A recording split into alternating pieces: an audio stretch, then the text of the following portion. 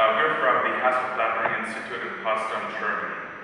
And we were wondering how we can port direct manipulation to tens of thousands of objects.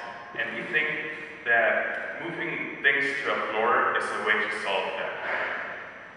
So, direct manipulation is very popular and successful in entertainment applications, but in business applications that involve a lot of data, it's not so clear.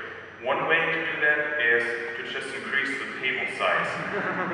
But that doesn't really work, because you can't reach in the center of the table, because your arm isn't long enough. So, our goal in this project is to solve that. We want to manipulate tens of thousands of objects, and the way we want to do this is by porting direct manipulation from the tabletop to the floor. Let's go through some of the related work. Floors, top-projected floors are around since several decades, for example in caves, and more recently in the I-floor. The most advanced piece of technology that we've seen is the iGame floor. It's a bottom-projected floor, and it tracks users through the shadows. It uses front of the eye, it tracks those shadows. Apart from that, floors are also used in advertisement, for example, in this case to promote brands like in a shopping mall. But no offense, when we looked at this, we were a little surprised by how limited activity or interaction on these floors actually is. And this is because touch is already limited. So when we look at touch, we have two states. We have the hovering state and we have the touching state. Okay, so on the table that's very easy. You just lift your finger and move it through the air and then place it at another location. So when we port this to the floor, that's actually kind of hard. And it turns out it doesn't really work because it's hard to escape the gravity for longer than just a couple of seconds. So what's happening is we lose this hovering state, so we end up with only one state. And but for direct manipulation to really work, we have to add a second state back, because with only one state, it's like having your mouse button clicked all the time while mousing around.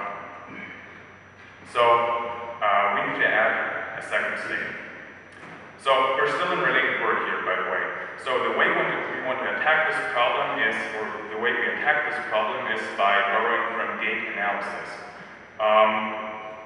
That can either be done by instrumenting the shoe or by using interactive tiles that includes sensors. For example, this sensor captures the amount of pressure applied and thus deduces the gate. You can also, for example, deduce the movement direction from it.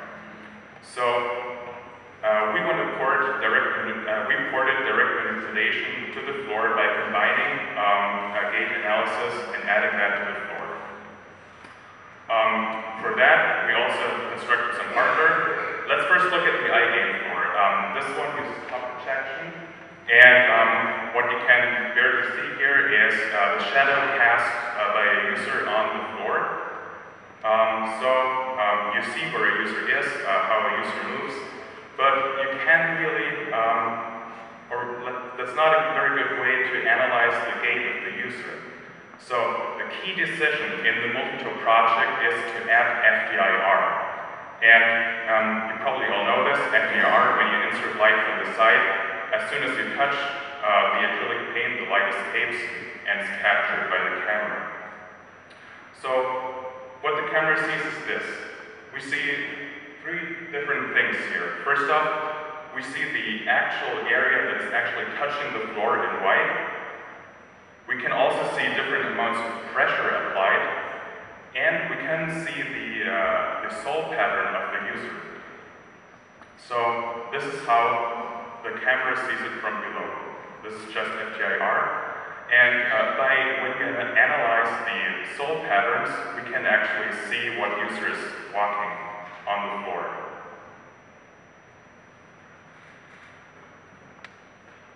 So, to port FAR to the floor, we had to make two modifications. First up, we added a supporting glass pane, and this is a pretty massive glass pane, so that for like structural support, so that you can actually walk around in that.